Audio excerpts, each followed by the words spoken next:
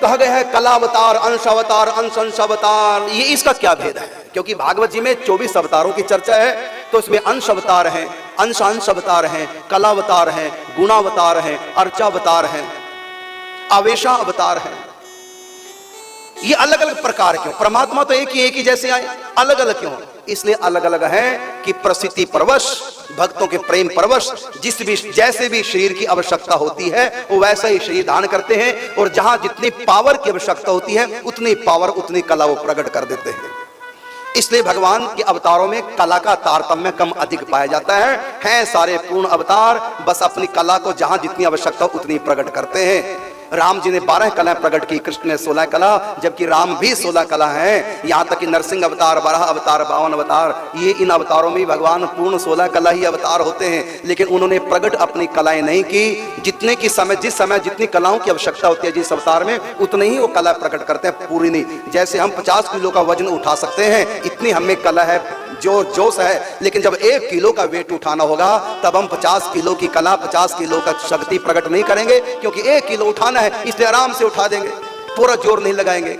तो जब हम 1 किलो का वजन उठाएंगे, इसका मतलब ये नहीं कि हमें पावर कम है, अब भी मुझ में 50 किलो उठाने की पावर है, लेकिन मैंने केवल 1 किलो उठाने की पावर को ही प्रकट किया है। इसी प्रकार परमात्मा के जितने भी अवतार हैं, कोई भी अवतार छोटा नहीं है, सब अवतार पूर्ण कला अवतार हुआ करते हैं। फिर ये भागवत में, अन्य ग्रंथों में जो छोटे बड़े की जो कल्पना अवतारों में की गई, ये इतने कला अवतार, ये इतने कला अवतार, इसका सीधा सीधा अर्थ है कि इस अवतार में, उस पूर्ण कला अवतार भगवान ने इस अवतार में इतनी कलाएं प्रकट की क्योंकि इतने की ही आवश्यकता थी। बस प्रकट कला को लेकर के कला अवतार कहे गए। ऐसा नहीं कि राम 12 कला अवतार हैं तो कृष्ण 16 है, ऐसा कहने वाले बहुत बड़े अपराधी हैं, वो भगवत स्वरूप का अपराध कर रहे हैं। को बड़ा छोट कहत अपराध हो, किसी को अवतार को छोटा कहने में अपराध पड़ता है, इसलिए यहाँ पर कभी भी शंका नहीं करनी चाहिए।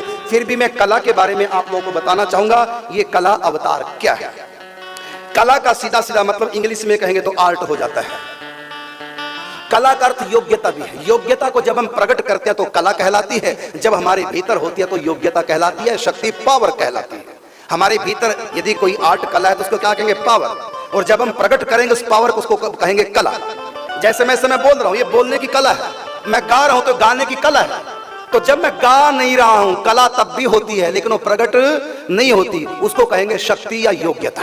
वो अंदर है लेकिन क्रिया विहीन है, निष्क्रिय कला भीतर है, सोई हुई कला है। मैं हारमोनियम बजाना जानता हूं, कला मेरे पास है, लेकिन जब मैं नहीं बजाता, कला उस समय भी होती है लेकिन वो क्रिया विहीन होती है, निष्क्रिय होती है। तो परमात्मा में सारी कलाएं निष्क्रिय हैं, जब जिसकी आवश्यकता पड़े वही क्रियाशील हो जाती है। तो भगवान के अवतारों में जिस कला को प्रकट किया भगवान ने, उन कलाओं को लेकर ही कहा जाता कि ये अवतार इतनी कला अवतार है, जब क्या है वो भी पूर्ण अवतार है भगवान का। तो कला का मतलब आर्ट होता है, शक्ति होती है, पावर होती है। यदि मैं साहित्य की भाषा में कला कहूं तो उसको कहेंगे चेतना, क्योंकि कला हमेशा चेतन में होती है। जड़ में कोई कला, कोई आर्ट नहीं होता, जड़ में कोई आर्ट नहीं हुआ करता। यदि जड़ में कोई आर्ट है वो भी चेतन के द्वारा ही पैदा किया जाता, माने मनुष्य के द्वारा। जैसे माइक है, इसमें एक आर्ट है, मेरी आवाज को कैच करता है और यंत्र के द्वारा स्पीकर तक पहुंचा देता है, एक आर्ट है। लेकिन ये आर्ट इसमें किसने दिया है? मनुष्य ने दिया, इसलिए इसका आर्ट नहीं है, मनुष्य का दिया हुआ आर्ट है। उन्होंने कुछ रासायनिक पदार्थों को जोड़ करके एक यंत्र बना दिया और उसमें अपना एक आर्ट भर दिया। तो ये आर्ट माइक का नहीं है, ये आर्ट मनुष्य का है। ऐसी कंप्यूटर को हम आर्ट नहीं कहेंगे, आर्टिस्ट नहीं कह सकते, क्योंकि कंप्यूटर के पास में जो आर्ट है, जो भी वो कुछ करता है वो मनुष्य का ही आर्ट है। तो जड़ वस्तु में कभी आर्ट नहीं हो सकता, आर्ट हमेशा चेतना में होता है। और मैं कहना चाहूंगा मनुष्य शरीर में भी आर्ट नहीं, आर्ट होता है शरीर के अंदर जो आत्मा, वो चेतन है, उसमें आर्ट होता है। उस चेतन जो आत्मा है उसमें से पावर शरीर को, मन बुद्धि चित्त को मिलती है। तो आत्मा की सबसे पहली आर्ट चेतना बुद्धि में आती है, उसके बाद मन में आती है, उसके बाद ज्ञान इंद्रियों में आती है। ये आत्मा की चेतना। तो उस आत्मा की, परमात्मा की चेतना का जो अवतरण है, उस परमात्मा की चेतना का जो उतरना इस दुनिया में, वो जिस भी रूप में उतरती है, उसी उतरी हुई चेतना को हम लोग आर्ट कहते हैं, अर्थात कला कहते हैं। अब मैं बताना चाहूंगा 1 से 16 कला की गिनती करवाना चाहता हूं। किसमें भगवान की 1 कला का अवतार, कौन भगवान की 2 कला, किसमें 3 कला। तो आप बड़े ध्यान से इन कलाओं के बारे में सुनेंगे। उद्भिज जितने भी प्राणी हैं, उद्भिज कहते हैं जो धरती को फोड़ कर पैदा होते हैं, वृक्ष आदि। तो उद्भिज जितने भी प्राणी, वंशपतियां, वृक्ष आदि, पेड़ पौधे, इसमें परमात्मा की 1 कला उतर के प्रकट हुई है। कला तो पूरी है, मैं कहना चाहूंगा क्योंकि पेड़ों में भी आत्मा है और आत्मा भी परमात्मा है। कला तो पूर्ण है लेकिन प्रकट नहीं है। वृक्षों में केवल एक कला प्रकट हुई, इसलिए हम वृक्षों को भी भगवान की कला अवतार कह सकते हैं। वृक्ष भी भगवान की कला अवतार है, उनमें एक कला प्रकट हुई। उस एक कला का नाम क्या है? उस कला का नाम है अहंकार। अहंकार का मतलब अभिमान नहीं, अहंकार का मतलब अहम, मैं, अपनेपन का होने का जो ज्ञान है, ये ज्ञान उतर के आया है वृक्षों में। तो वृक्षों को अपना ज्ञान, न वो सुगंध ले सकते हैं, सुगंध का ज्ञान नहीं, वृक्षों में होनेपन का ज्ञान कि मैं हूं, ये ज्ञान है। और जब उनको काटा जाता है तो उनको कष्ट तो नहीं होता वृक्षों को, लेकिन मेरा कोई स्पर्श कर रहा है, मुझको कोई छू रहा है, ये ज्ञान। जैसे नाई जब हमारे बाल काटता है तो बालों में चेतना तो होती नहीं, बालों में चेतना नहीं होती, जड़ है बाल, और जब कटते हैं तो कोई कष्ट नहीं होता। लेकिन जब भी बालों पे कैंची चलती है तो हमको एहसास होता है कि कोई हमको छू रहा है। ऐसे पेड़ों को काटो, उनको कष्ट तो नहीं होता, लेकिन कोई हमको छू रहा है, ये ज्ञान उनको होता है। तो ज्ञान की प्रथम कला अपने होने का एहसास, और कोई हमको छू रहा है, गर्मी सर्दी का एहसास वृक्ष करते हैं। तो ये जो एहसास है वृक्षों का, यही ज्ञान उतर कर वृक्षों में आया। ये परमात्मा की प्रथम कला है, एक कला है जो वंशपतियों वृक्षों में। इसलिए हम वृक्षों को भी भगवान का अवतार कह सकते हैं। कौन सा अवतार कहेंगे? कला अवतार। और कितनी कला अवतार? एक कला अवतार। ये है वृक्ष भगवान के स्वरूप। इसलिए हमारे सनातन धर्म में सबको भगवत स्वरूप माना, भगवान का रूप माना। अब इसके बाद दो कलाएं उतर कर आई हैं परमात्मा की, चेतना दो उतर कर आई है परमात्मा की। किन में? जो पसीने से पैदा होते हैं, रोगाणु, कीटाणु, जो परजीवी हैं, सूक्ष्म पसीने से पैदा हो जाते हैं, ऐसे रोगाणु, ऐसे कीटाणु, ऐसे जीवाणु, इनमें भी आत्मा है, इनके पास भी शरीर होता है। ये कोरोना, ये भी रोगाणु है, कीटाणु है, इसमें भी आत्मा, ये भी भगवान का अवतार। तो इसमें परमात्मा की दो कलाएं उतर कर आई हैं। तो दो कला कौन सी है इन कीटाणु में, प्रमाणों में? एक तो पहली वाली कला वृक्षों वाली की मैं हूं, अपने होने का एहसास, और दूसरा इनमें स्पर्श का विशेष इनको एहसास होता है, स्पर्श का।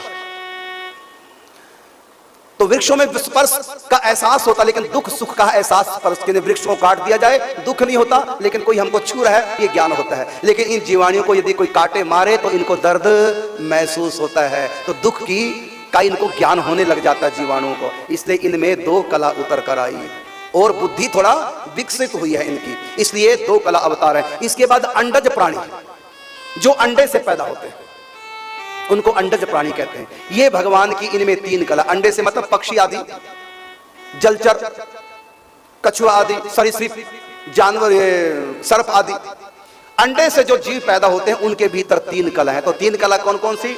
अपने होने का एहसास, सुख दुख का एहसास, और दूसरा प्रेम इनके भीतर उतर के आ जाता, थोड़ा सा प्यार। जीवाणुओं में प्रेम नहीं होता, वृक्षों में लगाव प्रेम नहीं होता, लेकिन अंडज जो होते हैं उनमें प्रेम उतर के आता है। अर्थात ये मम्मी पापा से प्यार करते हैं, इनके मम्मी पापा बच्चों से प्यार करते हैं, पक्षी आपस में प्यार करते हैं। तो प्रेम की कला ना वृक्षों में है ना जीवाणुओं में है, प्रेम की कला पक्षियों में थोड़ी थोड़ी उतर के आई, थोड़े समय के लिए। और जो ही पक्षी को पंख लग गए तो पक्षी भूल जाते हैं हमारे मम्मी पापा कौन है, और मम्मी पापा भी भूल जाते हैं हमारे बच्चे कौन है, सब बराबर। फिर ये बाप बेटा माँ बेटा रहते नहीं, फिर तो सब एक इक्वल हो जाते हैं, इनमें ज्ञान ज्यादा नहीं होता। इसलिए इनको भगवान की तीन कला इनमें उतर कर आई है। हम कह सकते हैं कि इनके अंदर भगवान अवतार लेकर आए हैं, कला के रूप में तीन कला अवतार है। उसके बाद चौथी कला है पशुओं में उतर कर आई है, जो गर्भ से पैदा होते हैं, अंडे से नहीं, जो गर्भ से बिना अंडे के डायरेक्ट जो जेर में लिपटे हुए जो पैदा होते हैं जानवर, उनमें भगवान की चार कला उतर कर आई है। पक्षियों से अधिक समझदार जानवर होते हैं, उनमें प्रेम कला पक्षियों से ज्यादा प्रकट होगी, प्यार करने की कला। ये चेतना में ज्ञान और प्रेम, ये दो ही कला है आत्मा की, परमात्मा। ज्ञान और प्रेम, ज्ञान का मतलब बुद्धि, प्रेम का मतलब दिल। दिल दिमाग का ही सारा खेल है 84 लाख योनियों में, लोक में, परलोक में और भगवत धाम में। दिल और दिमाग, इस दिमाग की उपासना में भगवान निराकार, दिल की उपासना प्रेम की भगवान साकार। यहाँ ज्ञान, यहाँ प्रेम, ज्ञान और प्रेम, ये ज्ञान का निवास, दिल प्रेम का। बस ये ज्ञान और प्रेम दो ही कला प्रकट होती है। इसी कारण से दुनिया भर के व्यवहार होते हैं। शादी भी क्यों कराते हैं? दिल। कमाते क्यों हैं? या तो दिल या दिमाग दोनों में से एक काम कर रहा है। ऐशोराम करें, बुद्धि में बात आ गई, या प्रेम का जीवन जिए, कमाएंगे, विवाह करेंगे, प्रेम का सुख लेंगे, ये फिर दिल की बात है। कुछ भी हम कर रहे हैं उसके पीछे या दिल की प्रेरणा या दिमाग की प्रेरणा, और हमारे भीतर जो भी आर्ट प्रकट होते हैं या तो उनमें दिल काम कर रहा है या उसमें दिमाग काम कर रहा है। जैसे हारमोनियम सीखना है तो यहां दिमाग लगेगा, कंप्यूटर सीखना है यहां दिमाग लगेगा। यदि हम जीने के लिए धन कमाना चाहते हैं कि जीना धन कमाए ऐशोराम करें, तो यहां दिमाग से सोच रहे हैं। यदि हम सोचते हैं कि हम कमाएंगे, गृहस्थ बनेंगे, शादी करेंगे जिससे मेरा प्यार हो, कहती जब तक नहीं कमाओगे, अपने पांव पे खड़े नहीं होंगे, तब तक मैं शादी नहीं कराऊंगी, तो यहां पर हम कमाने लगे, इसका मतलब दिल से काम ले रहे हैं। तो दिल और दिमाग ये दो ही हैं बस, जिसके कारण से व्यक्ति कर्म में प्रवृत्त है। आर्ट जितने भी इंसान के पास है, उस आर्ट के पीछे या तो उसका दिमाग काम कर रहा है या दिल दिमाग कर रहा है। तो आर्ट हमेशा दिल और दिमाग से पैदा होते हैं। यदि दिमाग ना हो, यदि कोई मनुष्य को पागल कर दो इंजेक्शन लगा करके, उसके पास कोई भी आर्ट नहीं रहेगा। लेकिन फिर भी पागल व्यक्ति अपनी मम्मी से प्यार करता है, माँ माँ करता जब माँ ओझल हो जाती है, तो पागल भी प्यार करता है मम्मी से, पागल बच्चा भी, क्योंकि दिमाग भले उसका जीरो हो गया लेकिन दिल काम कर रहा है, प्यार है। तो जितने भी आर्ट है सब दिल और दिमाग के खेल है और कुछ नहीं। सृष्टि चल ही दो पे रही, चाहे लोक चाहे परलोक। तो यहाँ आर्ट प्रकट हुआ है पशुओं में, वो प्रेम थोड़ा उनका विशेष विस्तार को प्राप्त हो गया। ये है जानवरों के 4 कला, और 5वीं कला मनुष्य में। कौन से मनुष्य में 5 कला है? जो बुद्धिहीन मनुष्य है, जो विशेष पढ़े लिखे, जो बुद्धू किस्म के लोग हैं, जो असंस्कृति लोग हैं, जो गंवार लोग हैं, जो जंगली लोग हैं, अर्थात जिनको कोई नॉलेज नहीं, बस जानवरों की तरह खाना पीना, संतान पैदा करना, पाल पोस के अंत में मर जाना, इसी को सब कुछ मान बैठे। ऐसे जो बुद्धिहीन, जिनको ना परमात्मा से मतलब, ना परोपकार से मतलब, ना दूसरे के भले से मतलब, बस जानवरों की तरह अपना ही उनको दिखता है, दूसरों के बारे में सोचते नहीं और विकास भी नहीं वो चाहते, बस अरे खाए पिया छोड़ो क्या करना है। जानवर वाला जीवन जो जीते हैं, उनमें परमात्मा की 5 कलाएं प्रकट होती हैं और 6 कला उनमें प्रकट होती हैं जो कहते हैं हम समाज की मुख्य धारा में सम्मिलित होना चाहते हैं, समाज जैसा हम भी वैसा बनना चाहते हैं, उसके लिए पढ़ाई करता, दिल दिमाग का भी पूरा प्रयोग कर रहा है, अपने भविष्य की भी चिंता करता है। ऐसे जो लोग हैं उनमें भगवान की 6 कलाएं अवतार लेती हैं। और 7वीं कला उनमें अवतार लेती है जो कहते हैं हमको सामाजिक लोगों की तरह नहीं बनना, हमको विशेष बनना है, हमको तारों की तरह नहीं बनना। अधिक तो तारे, चंद्रमा केवल एक, हमें तारों की तरह नहीं बनना है, हमको चंद्रमा की तरह अलग सबसे बनना, सबसे अलग हट करके बनना है। हम विशेष बनना चाहते हैं, सब लोगों की दृष्टि हमारी तरफ आकर्षित हो, हम कुछ ऐसा करें जो सब नहीं कर सकते। ऐसा जिनका दिमाग, ऐसी सोच है और ऐसा जो करने का अभ्यास भी करते हैं, उनमें भगवान की 7 कलाएं अवतार लेकर के आ चुकी हैं जो सबसे अलग। इनमें डॉक्टर लोग हैं, इनमें वकील लोग हैं, इनमें परोपकारी जन है, दान पुण्य करने वाले भी इन्हीं में हैं। ये ऐप दूसरों के बारे में करना और कुछ विशेष करना जो आम व्यक्ति ना कर सके, अलग, जिसका हमारी गृहस्थी से भी कोई संबंध नहीं है, अलग है। विशेष दिमाग उनमें होता है, लंबी सोच होती है, बढ़ने की होती है कि हम इतने बड़े कि पूरे शहर में हम चमके, हमारा हॉस्पिटल सबसे बड़ा हो, जो केस मेरे हाथ में आ गया वो जीत जाए, सबको मैं हरा दूं, सबसे ऊंचे उठने की जो कामना करते हैं और वैसा कोशिश भी करते, अभ्यास भी करते हैं। इसका मतलब उनमें भगवान की 7वीं कला प्रकट हो चुकी है। ये वशिष्ठ जन होते हैं, इनको साधारण नहीं बोलते। अब रही बात 8वीं कला। 8वीं कला भी मनुष्यों में आती है, लेकिन वो केवल संतों के पास होती है, जो केवल यहाँ के बारे में नहीं सोचते, क्योंकि वकील, डॉक्टर, वैज्ञानिक, ये भले इनमें 7 कलाएं अवतार ले चुके हैं, इनकी समर्थ बहुत बढ़ चुकी है, लेकिन फिर भी ये यहीं के बारे में सोचते हैं। देह को लेकर ही इनकी सुख सुविधाओं का ख्याल होता है। खोजे भी नहीं किस लिए होती है कि मनुष्य यहाँ सुख पाए। ये परलोक को नहीं देखते, ना ये जानते, ना समझते हैं, और ना ही इससे आगे परलोक से भी आगे आलोक भगवान भी कुछ है। इन सब लोगों को इनसे कोई मतलब नहीं। तो परलोक की भी जो दृष्टि रखता है, संसार से ऊपर की दृष्टि जो रखता है, परलोक की और आलोक भगवान की, और भक्ति भजन में लगता है, और उसके वो फिर उसके लिए जो भजन, पूजा पाठ, चिंतन, परिक्रमा, व्यास, योग, दान, धारणा आदि करके जो ऊपर उठता है, ऐसे चमत्कारी संतों में भगवान की 8वीं कला उतर के आ जाती है। ये कला विश्व में ना ब्राह्मणों के, उसके वैज्ञानिकों के पास होती है, ना डॉक्टरों के पास, ना वकीलों के पास, ना बड़े बड़े जितने भी इंजीनियर हैं, इनके दिमाग, इनके पास 8 कलाएं बहुत हैं, लेकिन इनके पास वो कला नहीं जो संतों के पास कला होती है। तो इन महापुरुषों के पास, संतों के पास भगवान की 8वीं कला भी उतर के आ जाती है। इन संतों को साधारण मत मानो, ये रहते जरूर इंसानों की तरह संसार में हैं, लेकिन ये इस लोक के नहीं है, क्योंकि ये लोक के बारे में सोचते नहीं हैं। जैसे हम लोग हैं, ना माँ बाप, ना पत्नी, ना बच्चे, सबके बारे में सोचा नहीं, ना शादी, ना कुछ, बस छोड़ो सबको, बस भक्ति करके भगवान को पाना है। हमें नहीं चाहिए दुनिया, हमें नहीं चाहिए स्वर्ग, हमें नहीं चाहिए पत्नी, हमें नहीं चाहिए बच्चे, हमें नहीं वंश परंपरा चलानी है, हमें इन बातों से कोई मतलब नहीं, हम तो भगवान से मतलब रखते हैं। और छोड़ करके दुनिया, बाबा जी बन गए, भेष ले लिया, अब तो केवल परमात्मा परलोक आलोक के लिए करना है। ऐसे जो महापुरुष हैं, इनके पास बहुत पावर आ जाती है। ऐसी शक्ति ना विज्ञानिकों के पास कला है, पावर है, आर्ट है, जो महापुरुषों के, संतों के पास है। अपने आशीर्वाद से क्या संत कर सकते हैं, श्राप से क्या संत कर सकते हैं, अपने संकल्प मात्र से ही कुछ भी कर सकते हैं। ऐसी संतों में आर्ट आ जाती है। खूब समझाया बच्चे को, नहीं माना, सबने समझाया, ठोकरें मिली तब भी नहीं समझा, और संत के पास आया, संत ने हल्का सा समझाया, समझ गया। कैसे समझ गया? ये बात तो घर वालों ने हजारों बार समझाई थी, अब कैसे समझ गया? बेटा शराब नहीं पीना, बस छोड़ दी शराब। अरे संत ने इतने तो कहा था नहीं पीना, बस। ये बात तो डॉक्टर ने भी कही थी, ये बात तो माँ बाप ने भी कही थी, ये तो तलाक से पहले पत्नी ने भी कहा था मैं तलाक ले लूंगी, नहीं तो छोड़ दो शराब, तब भी नहीं छोड़ी, घर उजड़ गया, नहीं छोड़ी। और संत ने कहा बेटा शराब नहीं पीनी, नहीं पीऊंगा, छोड़ दी। ये पावर संतों के पास कहां से आई? इसलिए संतों को मनुष्य मत मानो, ये सबसे करीब है उस परमात्मा की शक्ति के। तो दुनिया में सबसे बड़ा आर्टिस्ट कोई है, आर्ट कहीं उतर कर आया है, वो केवल संतों के पास है। इसलिए संत क्या है? इनमें परमात्मा की 8 कला है। हम संतों को 8 कला अवतार कह सकते हैं भगवान का। लेकिन संतों का शरीर प्रारब्ध के अधीन है, 5 तत्व का है। संतों के शरीर में भी मनुष्यों की तरह बीमारियां आएंगी, बुढ़ापा आएगा, मौत भी आएगी, इसलिए मनुष्य है और प्रारब्ध के अधीन है। लेकिन इनमें इनको भगवान क्यों कहा गया? संत भगवान, गुरुदेव भगवान, क्योंकि इनमें भगवान की 8 कला उतर कर आई, जो कला बड़े से बड़े बुद्धिमान के पास भी नहीं। जहां सबकी बुद्धि फेल हो जाए, सोचते रह जाए कि संत ने कर कैसे दिया है। जो लोग यहां आते हैं, हॉस्पिटल को देखते हैं, मैं एक भिखारी हॉस्पिटल बना दिया और पूरे भारत के संतों की जिम्मेदारी ले रहा हूं, पूरे भारत के संतों की जिम्मेदारी। अब सोचिए, मैं बुद्धों सा अनपढ़ गंवार व्यक्ति, इतनी ऊंची सोच कहां से आ गई? बड़े बड़े पैसे वाले भारत में हैं, अरबों खरबों पति, उनके मन में भी नहीं आया कि वृंदावन में एक हॉस्पिटल बना दें। उनके पास भी इतनी ऊंची सोच नहीं है, हमारे पास कहां से आ गई?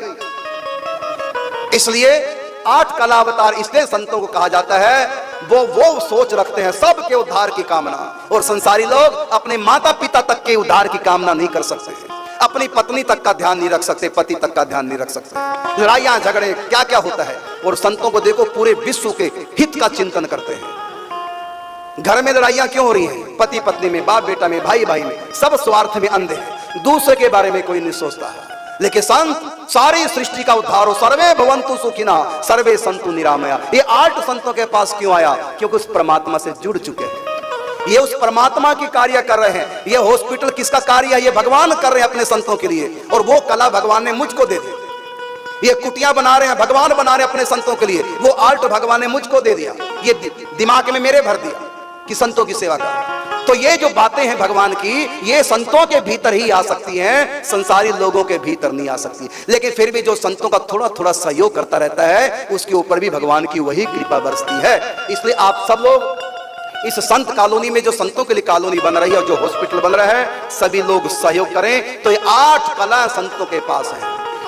अब बात आती है 9वीं कला। 9वीं कला एक ऐसी कला है जो ब्रह्मा की बनाई हुई सृष्टि के कानून को नहीं मानती, संत मानते हैं। ब्रह्मा की सृष्टि के बनाए हुए संपूर्ण कानून संतों के ऊपर लागू होते हैं। कर्म का कानून संतों के ऊपर लागू होता है। बड़े कड़े कानून, प्रभु के बड़ी कड़ी मर्यादा, किसी को कोड़ी कम नहीं देता, किसी को दमड़ी ज्यादा। संतों के ऊपर भी कानून लागे। क्या साधु, क्या संत, गृहस्थी, क्या राजा, क्या रानी, प्रभु की पुस्तक में लिखी है सबकी कर्म कहानी। संत भी अच्छे बुरे कर्मों का फल भोगते हैं, भले कितने भी ऊंचे क्यों ना हो। तो 8 कलाएं मनुष्य में हैं, और सबसे 8 कलाएं, उसमें 8 कला केवल मनुष्य में है, वो भी संतों में। और बड़े बड़े जो बुद्धिजीवी लोग हैं उनमें 7 कलाएं, साधारण लोगों में 6 कलाएं, और जो बिल्कुल बुद्धू गंवार होते हैं, जो कुछ भी नहीं कर सकते, पागल, मेंटल डिस्टर्ब, उनमें भगवान की 5 कलाएं, और जो जानवर होते हैं उनमें भगवान की 4 कलाएं, जो अंडे से पैदा होते हैं उनमें 3 कलाएं। रोगाणु कीटाणुओं में भगवान की 2 कला और वंशपतियों में वृक्षों में भगवान की 1 कला। अब 8 कला इंसान की है, वो भी संतों की। बस ये अंतिम अभी था ना भजन, अजब तेरी कारागरी भगवान, सबसे ऊंची कला कहाँ है? मनुष्य के पास है। अब बात आई 9वीं कला की।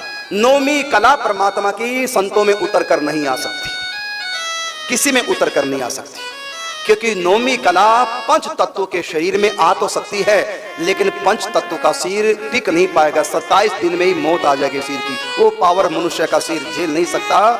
तो इसलिए 9वीं कला जो आएगी तो उसमें मानव देह में अवतार तो हो जाएगा मनुष्य का सिर, लेकिन वो पार्थिव प्रधान नहीं होगा। होगा मनुष्य का सिर, लेकिन उसमें पार्थिव तत्वों की प्रधानता नहीं होगी। जिसमें पार्थिव पृथ्वी तत्व की प्रधानता नहीं है, उस शरीर को बोलते हैं दिव्य शरीर। तो ऐसे मानव शरीर होते हैं जो साधारण नहीं होते, वो दिव्य होते हैं, वो अंतर्धान भी हो जाते हैं, प्रकट भी होते हैं। मैं अंतर्धान प्रकट नहीं हो सकता क्योंकि पार्थिव शरीर है, लेकिन कुछ ऐसे शरीर हैं मनुष्य के जो पार्थिव तो पंच तत्वों के तो हैं, लेकिन पार्थिव तत्व की प्रधानता नहीं होती। ऐसे जो शरीरों को दिव्य कहते हैं वो होते हैं मानवी। उन शरीरों में भगवान की 9 कला उतर के आती है। वो 9 कला अवतार कौन है? संत तो हो गए 8 कला अवतार, और वो जो 9 कला अवतार है, मनुष्य शरीर में 9 कलाएं आ सकती है, लेकिन कब? जब वो मनुष्य का सिर दिव्य हो जाए। वो अवतार हैं, उन्हीं अवतारों को हम लोग अंश अवतार बोलते हैं। वो अंश अवतार भगवान जिनमें भगवान की 9 कला उतर के आ गई। उनके शरीर हमारी आपकी तरह पंच तत्व के तो हैं, लेकिन पृथ्वी प्रधान नहीं, तो दिव्य होते हैं। वो चाहे प्रकट हो जाए चाहे अंतर्धान हो जाए, यहां तक कि 2-2, 3-3 रूप भी बना सकते हैं। उन दिव्य शरीरों में ही परमात्मा की 9 कला उतर कर आती है, और उनको कहते हैं भगवान का अंश अवतार। वो कौन कौन है? जैसे वेद व्यास जी हैं, कपिल ऋषि हैं, परशुराम जी हैं। इनके शरीर पंच तत्व के ही थे, मनुष्य ही शरीर थे, लेकिन स्वयं भगवान की 9 कलाएं उतर कर आई, इसलिए अंश अवतार हो गए। इसमें पृथु राजा, 24 अवतारों में पृथु ऋषभ देव अवतार, इनके शरीर मनुष्य के थे, पंच तत्व के थे, लेकिन दिव्य थे, और इनके भीतर भगवान की 9 कलाएं अवतरित हुई। तो 8 कलाएं तक तो 84 लाख योनियां ही रहती हैं, ब्रह्मा की बनाई हुई सृष्टि के अंतर्गत ये रहते हैं, इसलिए सारी जीव आत्माएं कहलाती हैं। चाहे संत भी क्यों ना हो, वो भी जीव आत्मा है। हाँ, उनको महान आत्मा कहेंगे, परम आत्मा तो नहीं कहेंगे, परमात्मा तो नहीं कहेंगे संतों को, लेकिन महान आत्मा। अब वो जीव आत्मा ना होकर के महात्मा हो गया, अर्थात जिनमें संतों में 8 कला जिन मनुष्य में उतर कर आ गई, अब वो जीव आत्मा नहीं रहे, वो महात्मा हो गए, और उनका ये अंतिम जन्म है। इसके बाद वो सीधे भगवत धाम में जाएंगे, इसलिए वो जीव आत्मा नहीं है, वो महात्मा। महात्मा का मतलब महान आत्मा। तो जीवात्मा, महात्मा और परमात्मा 3 तत्व हैं। तो जीवात्मा है 8वीं कला तक, 7 कला तक, और महात्मा हो गए जब 8वीं कला आ गई, ये है महान आत्मा संत। अब जब 9वीं कला भी उतर के आएगी, 9 कलाएं, फिर वो महात्मा नहीं होते, फिर वो परमात्मा होते हैं, परमात्मा। इसलिए 24 अवतारों में वेद व्यास जी हैं, जबकि शरीर मनुष्य का है, परशुराम जी हैं, कपिल जी हैं, ऋषभ देव है, पृथु है, जबकि ये मनुष्य शरीर में है, लेकिन वो दिव्य है, और उसमें फिर ये महात्मा नहीं रहे, ये परमात्मा है। 9वीं कला जब भी उतर कर आती है तो शरीर दिव्य हो जाते हैं, और स्वयं परमात्मा फिर उसमें आते हैं, इसलिए 24 अवतारों में गिने गए हैं। ये है आपकी 9वीं कला। अब 10 कला, अब 10 कला क्या है तो मैं बताना चाहूंगा।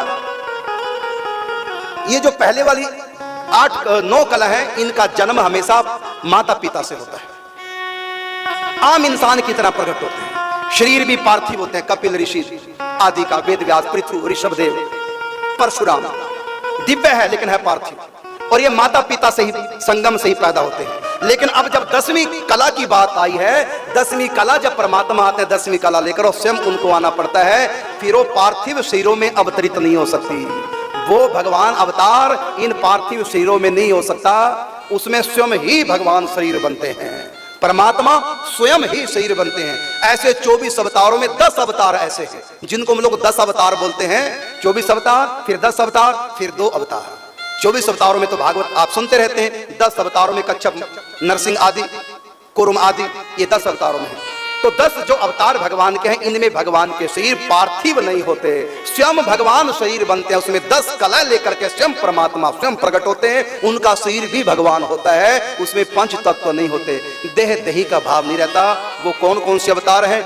मत्स्य अवतार, कच्छप अवतार, मोहिनी अवतार, वराह अवतार, नरसिंह अवतार। ये अवतारों के जो शरीर हैं वो पंच तत्वों के नहीं होते, स्वयं भगवान ही शरीर बने होते हैं।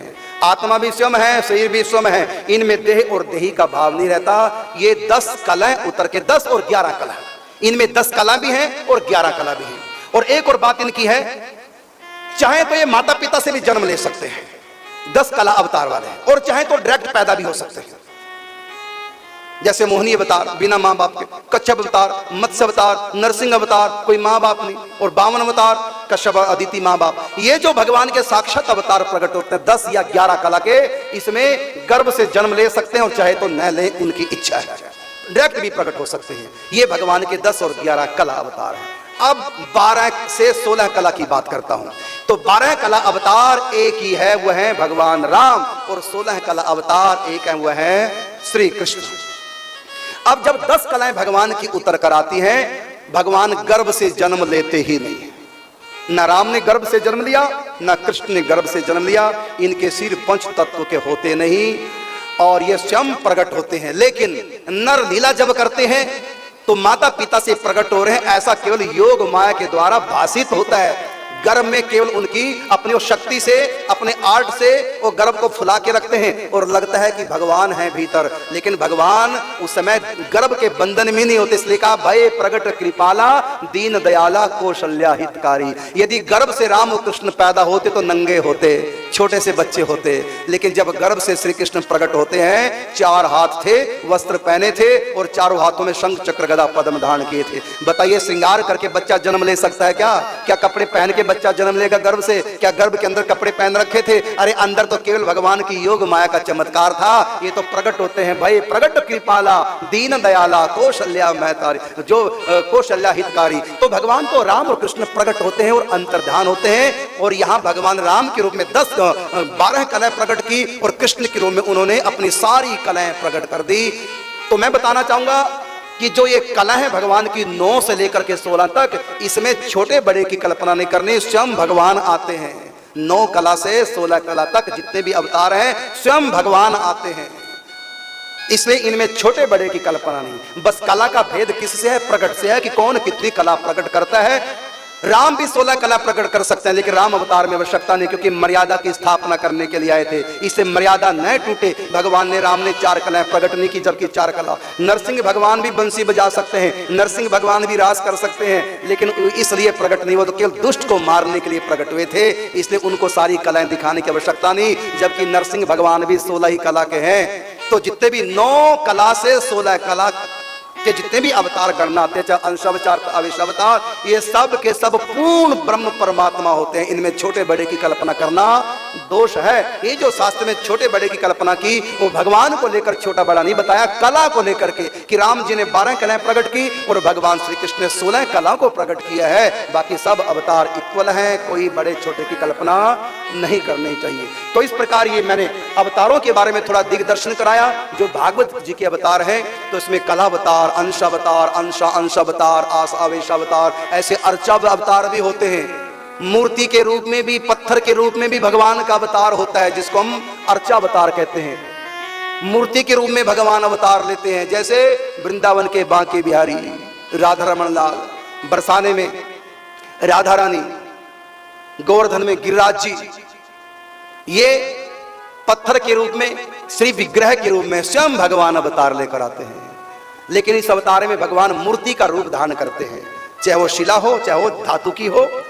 तो जब भगवान मिट्टी की मूर्ति में आ सकते हैं, शरीर क्या मिट्टी का तो है शरीर, पृथु अवतार जब पार्थिव शरीर में आ सकता है, तो ये भगवान के अवतार 24 अवतारों की चर्चा भागवत में। और इस सृष्टि में सर्वप्रथम अवतार संत के रूप में परमात्मा लेते हैं। सबसे पहले ब्रह्मा जी, भगवान नारायण की नाभि से कमल, कमल से ब्रह्मा जी जब संकल्प करता सृष्टि का, तो समय सनक सनंदन सनातन और संत कुमार और देव ऋषि नारद जी, 24 अवतारों में सनकादिक ऋषि अवतार हैं, 24 अवतारों में देव ऋषि नारद जी भी अवतार हैं। क्योंकि इनके शरीर पंच तत्व के नहीं है, स्वयं भगवान इनके भीतर प्रकट हैं, लेकिन संत रूप में है, इसलिए लीला संतों वाली करते हैं ऋषि। चारों ऋषि संत कुमार और देव ऋषि नारद जी लीला ऋषियों वाली करते हैं। इनके भीतर साक्षात भगवान प्रकट हैं, इनके माध्यम से जो भी कुछ होता है सब परमात्मा करते हैं। ये जीवात्मा नहीं है, ये महात्मा भी नहीं है, महात्मा के रूप में अवतार है, लेकिन जैसे रामकृष्ण का मानव के रूप में अवतार है लेकिन मानव नहीं है। इसी प्रकार ब्रह्मा विष्णु महेश शक्ति और गणेश तो यहाँ देव के रूप में भगवान का अवतार है लेकिन देव नहीं है। नरसिंह के रूप में जानवर के रूप में भगवान का अवतार है लेकिन वो जानवर नहीं है। वराह रूप में भगवान ने अवतार लिया लेकिन वो जानवर सुअर नहीं है, भगवान है। इसी प्रकार से संतों के रूप में भगवान के कई अवतार हो चुके हैं। सनकादिक अवतार, नारद जी का अवतार, कपिल अवतार, वेद व्यास अवतार, ये अवतार संतों के रूप में ठाकुर जी के हुए हैं। तो सबसे पहले अवतार भगवान का संतों के रूप में होता है, सनकादिक ऋषि, देव ऋषि, नारद जी। और उसके बाद मनुष्यों की सृष्टि नहीं हुई, उससे पहले भगवान ने संतों की सृष्टि की है। मरीचि ऋषि, अंगिरा ऋषि, अगस्त ऋषि, पुलह ऋषि, क्रतु ऋषि, भृगु ऋषि, वशिष्ठ, फिर दक्ष प्रजापति। ये इंसान नहीं है, ये सब देवता है, मनुष्य नहीं है। ये सब ऋषि मनुष्य नहीं है। देव ऋषि नारद जी मनुष्य नहीं, ये सब देवता है और ये ब्रह्मलोक के निवासी हैं, इस धरती के नहीं। जिस समय पैदा हुए उस समय तो धरती थी भी नहीं। सबसे पहले भगवान ने ऋषि मुनियों को पैदा किया है। इन्होंने तपस्या की, तपस्या करने के बाद कहा तुम विवाह कराओ और आगे सृष्टि को पैदा करो। तुम्हारे द्वारा जो सृष्टि पैदा होगी, इन ऋषियों से कहा, वो सब देवता कहलाएंगे, क्योंकि तुम लोग मनुष्य नहीं है, तुम देवता हो। मनुष्यों को राह दिखानी अध्यात्म की तुम सब लोगों ने, और उसी जाति को हम लोग ब्राह्मण कहते हैं। इसलिए ब्राह्मणों के साथ देवता शब्द है, ब्राह्मण देवता, ब्राह्मण देव, विप्र देव, क्योंकि ये मनुष्यों की संतानें नहीं है मनुष्य रूप में, लेकिन किसकी संतानें हैं? ये देव ऋषियों की संतानें हैं, सप्त ऋषियों की संतानें हैं, ये देवताओं की संतानें हैं। और जो क्षत्रिय वैश्य शूद्र जो मनु से प्रकट होते हैं वो मनुष्य कहलाते हैं। इसलिए ब्राह्मण देवता है और 3 वर्ण मनुष्य। तो मनुष्य में सबसे पहले मनु और शत्रुपा, ये मनुष्यों का जोड़ा पैदा किया मनु महाराज। और इनके लिए पृथ्वी 84 लाख योनियां, सब पूर्व की सृष्टि में जो जीव जंतु जो अपना उद्धार नहीं कर सके लेकिन सत्वगुण थे, उन सब का जन्म सतयुग में ब्रह्मा जी ने कर दिया, पूर्व सृष्टि के जीव जंतु। तो यहाँ पृथ्वी लोक उनके लिए दिया। और जब ब्रह्मा जी को देवताओं ने बताया कि पृथ्वी का आपने सृजन किया मनुष्यों के लिए 84 लाख योनियों के लिए, और मनुष्य रूपा को जाने की आज्ञा दे दी मनुष्य लोक में, लेकिन पृथ्वी तो वहां है ही नहीं। ब्रह्मा ने दिव्य दृष्टि से देखा कि मैंने तो पृथ्वी की संरचना कर दी थी, पृथ्वी कहां? देखा पृथ्वी है ही नहीं। हिरणाक्ष पृथ्वी को रसातल में ले गया। तब ब्रह्मा जी चिंता करते हैं। ब्रह्मा जी ने भगवान से कहा, प्रभु मेरा कार्य पैदा करने का है, सृष्टि को पालने का नहीं। पालने की जिम्मेदारी आपकी है, मेरा काम सृजन करना और आपका काम पालन पोषण करना, पालनहार आप हैं। तब भगवान श्री नारायण ब्रह्म अवतार सूअर का, शुक्र का अवतार धारण करते हैं। ब्रह्म अवतार ब्रह्मा जी की छींक के साथ नासिका से भगवान लेता श्वेत बराह, और इतना विशाल रूप बनाया श्वेत रंग का। देवताओं ने स्तुति की है और अपना दुख निवेदन किया। तब रसातल में जाकर के पृथ्वी को वहां से लाते हैं। प्रश्न उठता है कि भगवान ने बराह रूप धारण किया, सूअर का रूप क्यों धारण किया? ये तो बड़ा अपवित्र है, मल खाने वाला है, ये तो अच्छा नहीं, ये गंदा सा रूप भगवान ने क्यों लिया? तो कहना चाहूंगा, पहली बात तो जो बराह अवतार हुआ भगवान का बड़ा सुंदर रूप था। आप कहेंगे सूअर कहाँ सुंदर होते हैं? अरे भगवान कुछ भी बन जाओ सुंदर ही होते हैं। भगवान कोई भी अवतार ले ले, इतने प्यारे लगते हैं कि बस यही मेरे माता पिता भाई बंधु सब कुछ मन करता बस इनका आलिंगन कर लो, इनको बस, या अगर खाने की चीजें तो खा लूं, यदि देखना है तो देखता रहूं, छूना है तो छूता ही रहूं। चाहे वो नरसिंह अवतार ले ले, चाहे कोई भी अवतार ले ले, इतने प्यारे होते हैं भगवान। तो सूअर के रूप में भगवान इतने सुंदर, लेकिन भगवान ने भले भगवान है लेकिन बराह अवतार है तो सूअर की तरह लीला करनी है, तो भगवान ने लीला सूअर की तरह की। देवताओं ने कहा कि प्रभु आपने ये बराह अवतार धारण किया है, ये तो मल खाने वाला अब रूप है, ये आपने क्यों लिया? भगवान ने कहा मुझको मल ही तो खाना है इस रूप में, मल खाने के लिए तो मेरा अवतार हुआ।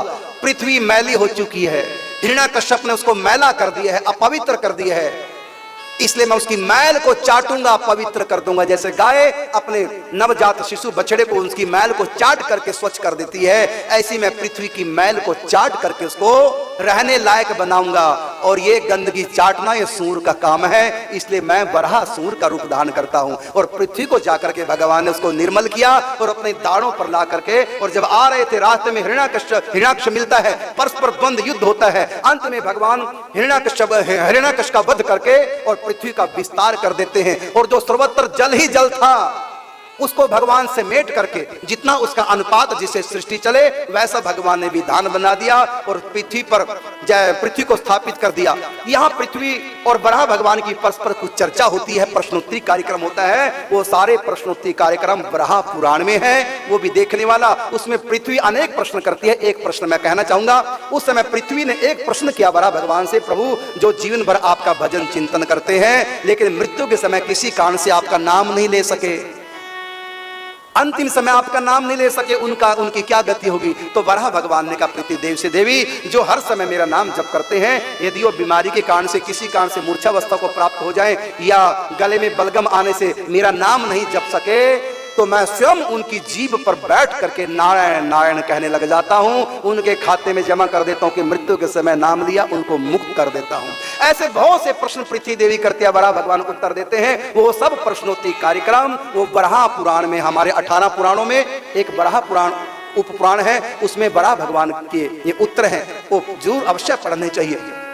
तो भगवान स्थापना करते हैं, फिर ब्रह्मलोक में ब्रह्मा जी मनुष्य रूपा को आज्ञा देते हैं। भगवान नारायण की इच्छा से, उनकी कृपा से पृथ्वी अपने सौर मंडल में स्थापित हो चुकी है तस्थान। अब वहां जाकर तुम तप करो और गृहस्थ धर्म का पालन करो, तुम पृथ्वी के प्रथम मनुष्य होंगे। मनु तुम्हारा नाम, तुमसे जो आगे संतति तुम्हारी संतानों से जोगे सब मनुष्य है, मनुज कहलाएगी। अब मनु शत्रुपा पृथ्वी पर आके तप करते हैं, ब्रह्मा से वरदान प्राप्त करते हैं, दिव्य शक्तियों का अर्जन करते हैं, उसके बाद गृहस्थ धर्म का पालन करते हैं। तब इनके यहाँ 5 संतानें पैदा होती है, 3 कन्याएं और 2 पुत्र रत्न। देवहूति, आकुति, प्रसूति 3 पुत्रियां होती हैं। प्रियव्रत और उत्तानुपाद 2 इनके पुत्र होते हैं। और इनके वंश की यह विचित्र बात है, इनके वंश में कोई ना कोई 24 अवतारों में भगवान का अवतार हुआ है।